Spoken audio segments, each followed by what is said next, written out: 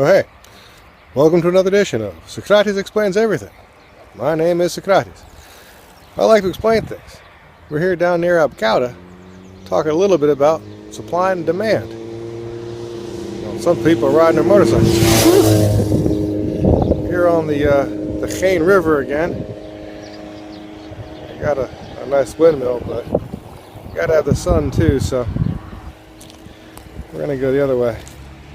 Beautiful place though. It's in short supply. I don't know if you've noticed or not, but oil on the futures market dropped to negative $37 a barrel last week. And basically they would have paid you $37 for every barrel of crude oil that you could take delivery of.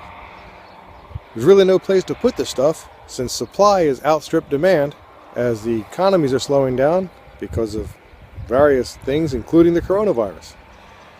So at this point, no one's buying or using crude oil, and so we have much more of it than we need.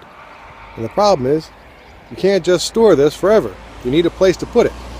And we've run out of places to put the stuff. There's not that many people driving trucks around at the moment. And the few people that are out, they're on their bicycles. So, up till now, the Republican Party has pushed supply-side economics and the trickle-down theory. That if you give enough money to the rich people who own businesses, eventually we'll make a few pennies. It's worked out like you'd expect it to. They have a lot of money and we have a few pennies. The logic behind it is that if you're a politician and you get your money from people, you only need to get your money from a few people and you have to make those few people happy. And everybody else, well, they only matter on election day. At this point, supply-side world has brought us this garbage earth where we're filled with waste and we can't do things that are just simply valuable, and where people have demand for it. Because as you can see though, demand is actually what drives the economy. As demand has dried up, it doesn't matter what you've got. No one's buying it. Your business is going to go under. Again, a weakness in capitalism, this perpetual need for growth. You need to constantly be spinning faster and faster. Otherwise, the whole machine seizes up and just dies. And one way or the other, that was going to come to an end. The earth has a limited size, and we've already polluted the majority of it.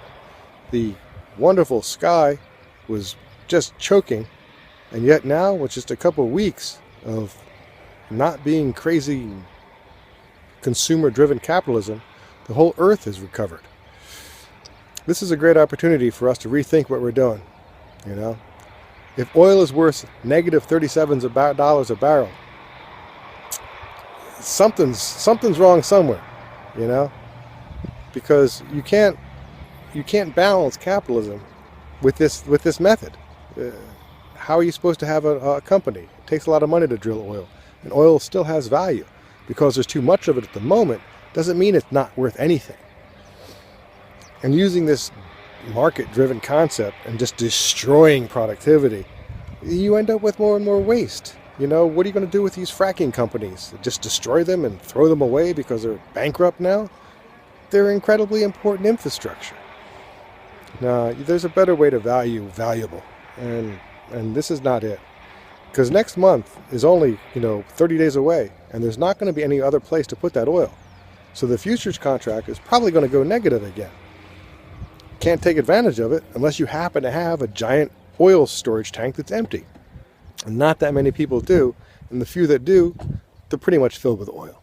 So it's time to, like I say, work on this thing, come up with a better solution, but at the very least, enjoy where you're at, and I'm lucky enough that I'm here in the Netherlands. We'll take a last look around. Look at those things. Clean energy. You know, it doesn't run on fuel. Take care of yourselves. Be smart.